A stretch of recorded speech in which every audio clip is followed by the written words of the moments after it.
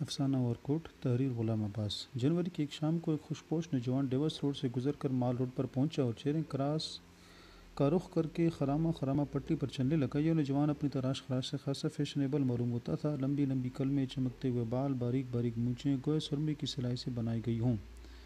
بادامی رنگ کا گرم اورکوٹ پہنے ہوئے، جس کا کاج میں شربتی رنگ کے گلاب کا ایک آدھ کھلا پھول اٹکا ہوا، سر پر سبز فلیٹ ہیٹ ایک خاص انداز سے ٹیری رکھی ہوئی، سفید سلک کا گل بند گلے کے گرد لپٹا ہوا، ایک ہاتھ کوٹ کی جیب میں، دوسرا میں بیت کی ایک چھوٹی چھڑی پکڑے ہوئے، جیسے کبھی کبھی مزے میں آ کے گھمانے لگتا تھا۔ یہ ہفتے کی شام تھی، بھرپور جاڑے کا زمانہ، سرد اور تند ہوا کسی تیز دھار کی طرح جسم پر آ کے لگتی تھی، مگر اس نوجوان پر اس کا کچھ اثر معلوم نہیں ہوتا تھا، اور لوگ خود کو گرم کرنے کے لیے تیز قدم اٹھا رہے تھے، مگر اسے اس کی ضرورت نہ تھی، جیسے اس کڑکڑاتے جاڑے میں اسے ٹہلنے میں بڑا مزہ آ رہا ہو۔ اس کی چال ڈھال سے ایسا بانگ پن ٹپکتا تھا کہ تانگے والے دور ہی سے دیکھ کر سرپٹ گھوڑا دوڑاتے ہوئے اس کی طرف لپکتے، مگر وہ چھڑی کے اشارے سے نہیں کر دیتا۔ ایک خالی ٹیکسی بھی اسے دیکھ کر رکی، مگر اسے نے نو تھینک یو کہہ کر اسے بھی ٹال دیا۔ جیسے جیسے وہ مال کے زیادہ برونق حصے کی طرف پہنچتا جاتا تھا، اس کی چونچالی بڑھتی جاتی تھی۔ وہ منہ سے سیٹی بجا کے رقص کی ایک انگریزی دھن نکالنے لگا۔ اس کے ساتھ ہی اس کے پاؤں بھی تھرکتے ہوئے اٹھنے لگے۔ ایک دفعہ جب آس پاس کوئی نہیں تھا تو ایک بار کی کچھ ایسا جوش آیا کہ اس نے دوڑ کر جھوٹ موٹ بال دینے کی کوشش کی، گویا کرکٹ کھیل رہا ہو۔ راستے میں وہ سڑک آئی جو لارنس گارڈن کی طرف جاتی تھی، مگر اس وقت شام کی دھند ہلکے اور سخت کورے میں اس باغ پر کچھ ایسی اداسی برس رہی تھی کہ اس نے ادھر کا رخ نہ کیا اور سیدھا چیرنگ کراس کی طرف چلتا رہا۔ ملکہ کے بت کے قریب پہنچ کر اس کے حرکات و سکنات میں کسی قدر متانت آ گئی۔ اس نے اپنا رومال نکالا، جسے جیب میں رکھنے کی بجائے اس نے کوٹ کی بائیں آستین میں اڑس رکھا تھا، اور ہلکے ہلکے چہرے پر پھیرا تاکہ کچھ گرد جم گئی ہو تو اتر جائے۔ پاس گھاس کے ایک ٹکڑے پر کچھ انگریز بچے بڑی سی گیند سے کھیل رہے تھے۔ وہ رک گیا اور بڑی دلچسپی سے ان کا کھیل دیکھنے لگا۔ بچے کچھ دیر تک تو اس کی پرواہ کیے بغیر کھیل میں مصروف رہے، مگر جب وہ برابر تک ہی چلا گیا تو وہ رفتہ رفتہ شرمانے سے لگے، اور پھر اچانک گیند سنبھال کر ہنستے ہوئے ایک دوسرے کے پیچھے بھاگتے ہوئے گھاس کے اس ٹکڑے ہی سے چلے گئے۔ نوجوان کی نظر سیمنٹ کی خالی بینچ پر پڑی اور اس پہ آ کے بیٹھ گیا۔ اس وقت شام کے اندھیرے کے ساتھ ساتھ سردی اور بھی بڑھتی جا رہی تھی۔ اس کی شدت ناخوشگوار نہ تھی، بلکہ لذت پرستی کی ترغیب دیتی تھی۔ شہر کے عشق پسند طبقے کا تو کہنا ہی کیا، وہ تو اس سردی میں زیادہ ہی کھل کھیلتا ہے۔ تنہائی میں بسر کرنے والے بھی اس سردی سے ورغلائے جاتے ہیں، اور وہ اپنے اپنے خون و قدرت سے نکل کر محفلوں اور مجمعوں میں جانے کی سوچنے لگتے ہیں تاکہ جسموں کا قرب حاصل ہو۔ حصول لذت کی یہ جستجو لوگوں کو مال پر کھینچ لائی تھی، اور وہ اس پہ توفیق ریستورانوں، کافی ہاؤسوں، رقص گاہوں، سینماؤں اور تفریح کے دوسرے مقاموں پر محظوظ ہو رہے تھے۔ مال روڈ پر موٹروں، تانگوں اور بائی سائیکلوں کا تاندا بندہ ہوا تو تھا ہی، پٹری پر چلنے والوں کی بھی کثرت تھی۔ علاوہ ازیں سڑک کے دو رویا دکانوں میں خرید و فروخت کا بازار بھی گرم تھا۔ جن کم نصیبوں کو نہ تفریح طبع کی استطاعت تھی نہ خرید و فروخت کی، وہ دور ہی سے کھڑے کھڑے تفریح گاہوں اور دکانوں کی رنگانہ روشنیوں سے جی بہلا رہے تھے۔ نوجوان سیمنٹ کی بینچ پر بیٹھا اپنے سامنے سے گزرتے ہوئے زن و مرد کو غور سے دیکھ رہا تھا۔ اس کی نظر ان کے چہروں سے کئی زیادہ ان کے لباس پر پڑتی تھی۔ ان میں ہر وضع ہر کماش کے لوگ تھے، بڑے بڑے تاجر، سرکاری افسر، لیڈر، فنکار، کالجوں کے طلباء اور طالبات، نرسیں، اخباروں کے نمائندے، دفتروں کے بابو۔ زیادہ تر لوگ اور کوٹ پہنے ہوئے تھے۔ ہر قسم کے اور کوٹ، کراکولی کی بیش قیمت اور کوٹ سے لے کر خالی پٹی کے پرانے فوجی اور کوٹ تک، جسے نیلام میں خریدا گیا تھا۔ نوجوان کا اپنا اور کوٹ تو خاصا پرانا، مگر اس کا کپڑا خوب بڑھیا تھا، پھر وہ سلا ہوا بھی کسی ماہر درزی کا تھا۔ اس کو دیکھنے سے معلوم ہوتا تھا کہ اس کی بہت دیکھ بھال کی جاتی ہے۔ کالر خوب جمع ہوتا، باؤں کی کریز بڑی نمایاں، سلوٹ کہیں نام کو نہیں، بٹن سینگ کے بڑے بڑے چمکتے ہوئے۔ نوجوان اس میں بہت مگن معلوم ہوتا تھا۔ ایک لڑکا پان بیڑی سگریٹ کا صندوقچہ گلے میں ڈالے سامنے سے گزرا۔ نوجوان نے آواز دی، پان والا جناب، 10 کا چینج ہے تو نہیں؟ لا دوں گا، کیا لیں گے آپ؟ نوٹ لے کے بھاگ گیا تو؟ اجی واہ، کوئی چور چکا ہوں جو بھاگ جاؤں گا؟ اعتبار نہ ہو تو میرے ساتھ چلیے، لیں گے کیا آپ؟ نہیں نہیں، ہم خود چینج لائے گا۔ لو یہ کنی نکل آئی، ایک سگریٹ دے دو اور چلے جاؤ۔ لڑکے کے جانے کے بعد مزے مزے سے سگریٹ کے کش لگانے لگا۔ وہ ویسے ہی بہت خوش نظر آتا تھا۔ سگریٹ کے دھوئیں نے اس پر سرور کی کیفیت طاری کر دی۔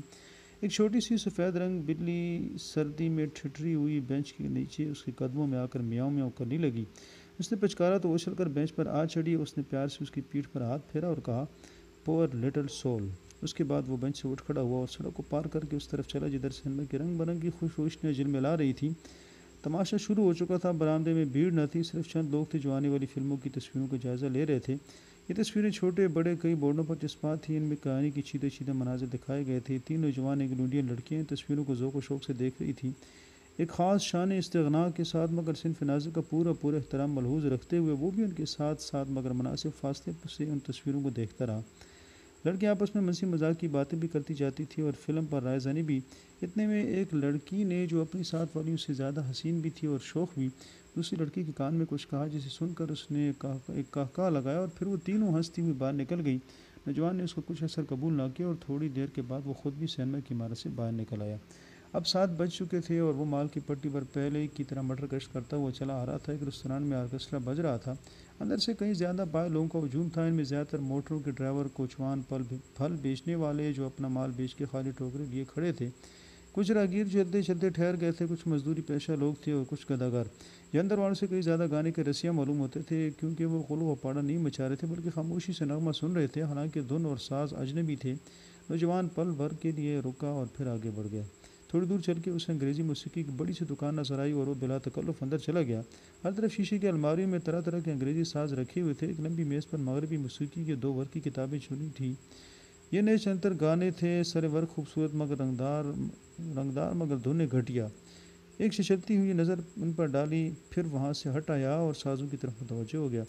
ایک اسپانوی گٹار پر جو ایک کھونٹی سے ٹنگی ہوئی تھی، ناقدانہ نظر ڈالی، اس کے ساتھ قیمت کا جو ٹکٹ لٹک رہا تھا اسے پڑھا۔ اس سے ذرا ہٹ کر ایک بڑا جرمن پیانو رکھا ہوا تھا، اس کا کور اٹھا کے انگلیوں سے باس پردوں کو ٹٹولا اور پھر کور بند کر دیا۔ پیانو کی آواز سن کر دکان کا ایک کارندہ اس کی طرف بڑھا۔ گڈ ایوننگ سر، کوئی خدمت؟ نہیں شکریہ، ہاں اس مہینے کی گراموفون ریکارڈوں کی فہرست دے دیجیے۔ فہرست لے کے اور کوٹ کی جیب میں ڈالی، دکان سے باہر نکلا اور پھر چلنا شروع کر دیا۔ راستے میں ایک چھوٹا سا بک اسٹال پڑا، نوجوان یہاں بھی رکا۔ کئی تازہ رسالوں کے ورق اٹھے، رسالہ جہاں سے اٹھاتا بڑی احتیاط سے وہیں رکھ دیتا اور آگے بڑھا تو قالینوں کی ایک دکان نے اس کی توجہ کو جذب کیا۔ مالک دکان نے جو ایک لمبا سا چوکا پہنے اور سر پر کلاه رکھے تھا، گرم جوشی سے اس کی آؤ بھگت کی۔ ذرا یہ ایرانی قالین دیکھنا چاہتا ہوں، اتاریہ نہیں، یہیں دیکھ لوں گا۔ کیا قیمت ہے اس کی؟ 1432 روپے ہے۔ نوجوان نے اپنی بہوں کو سکھیڑا، جس کا مطلب تھا او ہو اتنی۔ دکاندار نے کہا آپ پسند کر لیجئے، ہم جتنی بھی رعایت کر سکتے ہیں کر دیں گے۔ شکریہ، لیکن اس وقت تو میں صرف ایک نظر دیکھنے آیا ہوں۔ شوق سے دیکھیے، آپ ہی کی دکان ہے۔ وہ 3 منٹ کے بعد اس دکان سے بھی نکل آیا۔ اس کے اور کوٹ کی کاج میں شربتی رنگ کے گلاب کا جو کھلا پھول اٹکا ہوا تھا، وہ اس وقت کاج سے کچھ زیادہ باہر نکل آیا تھا۔ جب اس کو ٹھیک کر رہا تھا تو اس کے ہونٹوں پر ایک خفیف اور پراسرار مسکراہٹ نمودار ہوئی اور اس نے پھر اپنی مٹرگشت شروع کر دی۔ اب وہ ایک کوٹ کی عمارتوں کے سامنے سے گزر رہا تھا۔ اتنا کچھ چل لینے کے بعد اس کی فطری جنچالی میں کچھ فرق نہیں آیا، نہ تھکان محسوس ہوئی تھی نہ اکتاہٹ۔ یہاں پٹڑی پر چلنے والوں کی ٹولیاں کچھ چھٹ سی گئی تھی اور ان میں کافی فاصلہ رہنے لگا تھا۔ اس نے اپنی بیت کی چھڑی کو ایک انگلی پر گھمانے کی کوشش کی مگر کامیابی نہ ہوئی اور چھڑی زمین پر گر پڑی۔ اوہ سوری کہہ کر زمین پر جھکا اور چھڑی کو اٹھا لیا۔ اس اثناء میں ایک نوجوان جوڑا جو اس کے پیچھے پیچھے چلا رہا تھا، اس کے پاس سے گزر کر آگے نکل آیا۔ لڑکا دراز قامت تھا اور سیاہ کارڈرائی کی پتلون اور زپ والی چمڑے کی جیکٹ پہنے تھا، اور لڑکی سفید ساٹن کی گردار شلوار اور سبز رنگ کا کوٹ۔ وہ بھاری بھرکم سی تھی، اس کے بالوں میں ایک لمبا سا سیاہ چٹلا گندھا ہوا تھا جو اس کی کمر سے بھی نیچے تھا۔ لڑکے کے چلنے سے اس چٹلے کا پھندنا اچھلتا کودتا پے در پہ اس کے فربہ جسم سے ٹکراتا تھا۔ نوجوان کے لیے جو اب ان کی پیچھے پیچھے آ رہا تھا، یہ نظارہ خاصا جاذب نظر تھا۔ وہ جوڑا کچھ دیر تک تو خاموش چلتا رہا۔ اس کے بعد لڑکے نے کچھ کہا جس کی جواب میں لڑکی اچانک چمک کر بولی، ہرگز نہیں، ہرگز نہیں، ہرگز نہیں۔ سنو میرا کہنا مانو، لڑکے نے نصیحت کے انداز میں کہا۔ ڈاکٹر میرا دوست ہے، کسی کو کانو کان خبر نہ ہوگی۔ نہیں نہیں نہیں، میں کہتا ہوں تمہیں ذرا تکلیف نہ ہوگی۔ لڑکی نے کچھ جواب نہ دیا۔ تمہارے باپ کو کتنا رنج ہوگا، ذرا ان کی عزت کا بھی تو خیال کرو۔ چپ رہو ورنہ میں پاگل ہو جاؤں گی۔ نوجوان نے شام سے اب تک اپنی مٹرگشت کے دوران میں جتنی انسانی شکلیں دیکھی تھی، ان میں سے کسی نے بھی اس کی توجہ کو اپنی طرف منعطف نہیں کیا تھا۔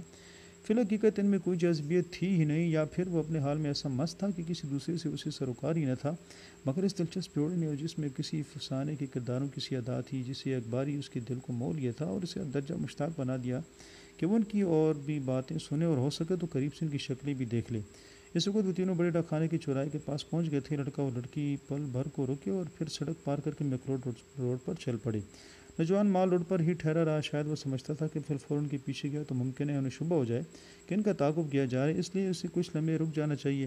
جب وہ لوگ کوئی 100 گز آگے نکل گئے تو اس نے لپک کر ان کا پیچھا کرنا چاہا، مگر ابھی اس نے آدھی ہی سڑک پار کی ہوگی کہ اینٹوں سے بھری ہوئی ایک لاری پیچھے سے بگولے کی طرح آئی اور اسے رونتی میکلوڈ روڈ کی طرف نکل گئی۔ لاری کے ڈرائیور نے نوجوان کی چیخ سن کر پل بھر کے لیے گاڑی کی رفتار کم کی، پھر وہ سمجھ گیا کہ کوئی لاری کی لپیٹ میں آ گیا اور وہ رات کے اندھیرے سے فائدہ اٹھاتے ہوئے لاری کو لے بھاگا۔ 2-3 راہگیر جو اس حادثے کو دیکھ رہے تھے شور مچانے لگے کہ نمبر دیکھو، مگر لاری ہوا ہو چکی تھی۔ اتنے میں کئی اور لوگ جمع ہو گئے۔ ٹریفک کا ایک انسپکٹر جو موٹر سائیکل پر جا رہا تھا رک گیا۔ نوجوان کی دونوں ٹانگیں بالکل کچلی گئی تھی، بہت سا خون نکل چکا تھا اور وہ سسک رہا تھا۔ فوراً کار کو روکا گیا اور ایسے جیسے تیسے اس میں ڈال کر بڑے اسپتال روانہ کر دیا گیا۔ جس وقت وہ اسپتال پہنچا تو اس میں ابھی رمق بھر جان باقی تھی۔ اس اسپتال کے شعبہ ساتھ میں اسسٹنٹ سرجن مسٹر خان اور 2 نومر نرسیں مس شہناز اور مس گل ڈیوٹی پر تھیں۔ جس وقت اس اسٹریچر پر ڈال کر آپریشن روم میں لے جایا جا رہا تھا تو ان نرسوں کی نظریں اس پر پڑی۔ اس کا بادامی رنگ کا اور کوٹ ابھی تک اس کے جسم پر تھا اور سفید سلک کا مفلر گلے میں لپٹا ہوا تھا۔ اس کے کپڑوں پر جا بجا خون کے بڑے بڑے دھبے تھے۔ کسی نے عذرائے درمندی اس کی سبز فلیٹ ہیٹ اٹھا کے اس کے سینے پر رکھ دی تھی تاکہ کوئی اڑا نہ لے جائے۔ شہناز نے گل سے کہا، کسی بھلے گھر کا معلوم ہوتا ہے بیچارہ۔ گل نے دبی آواز میں کہا، خوب بن ٹھنڈ کے نکلا تھا بیچارہ ہفتے کی شام منانے۔ ڈرائیور پکڑا گیا یا نہیں؟ نہیں، بھاگ گیا۔ کتنے افسوس کی بات ہے۔ آپریشن روم میں اسسٹنٹ سرجن اور نرس کے چہروں پر جرائی کے نقاب چڑھائے جنہوں نے آنکھوں کے سے نیچے کے سارے حصے کو چھپا رکھا تھا، اس کی دیکھ بھال میں مصروف تھے۔ اسے سنگ مرمر کی میز پر لٹا دیا گیا۔ اس نے سر میں جو تیز خوشبودار تیل ڈال رکھا تھا اس کی کچھ مہک ابھی باقی تھی۔ پٹیاں ابھی تک جمی ہوئی تھی۔ حادثے نے اس کی دونوں ٹانگیں تو توڑ دی تھی مگر سر کی مانگ نہیں بگڑنے پائی تھی۔ اب اس کے کپڑے اتارے جا رہے تھے۔ سب سے پہلے سفید سلک گلوبند اس کے گلے سے اتارا گیا۔ اچانک نرس شہناز اور نرس گل نے بیک وقت ایک دوسرے کی طرف دیکھا۔ اس سے زیادہ وہ کر بھی کیا سکتی تھی؟ چہرے جو دلی کیفیات کا آئینہ ہوتے ہیں جرائی کے نقاب تلے چھپے ہوئے تھے اور زبانیں بند۔ نوجوان کے گلوبند کے نیچے نیکٹائی اور کالر کیا سرے سے قمیض ہی نہیں تھی، اور کوٹ اتارا گیا تو نیچے سے ایک بسیدہ اونی سویٹر نکلا جس میں جا بجا بڑے بڑے سوراخ تھے۔ ان سوراخوں سے سویٹر سے بھی زیادہ بسیدہ اور میلا کچیلا ایک بنیان نظر آ رہا تھا۔ نوجوان سلک کے گلوبند کو اس ٹب سے گلے پر لپیٹے رکھتا تھا کہ اس کا سارا سینہ چھپا رہتا تھا۔ اس کے جسم پر میل کی تہیں بھی خوب چڑھی ہوئی تھی۔ ظاہر ہوتا تھا کہ وہ کم سے کم پچھلے 2 مہینے سے نہیں نہایا۔ البتہ گردن خوب صاف تھی اور اس پر ہلکا ہلکا پاؤڈر لگا ہوا تھا۔ سویٹر اور بنیان کے بعد پتلون کی باری اور شہناز اور گل کی نظریں پھر بیوقت اٹھیں۔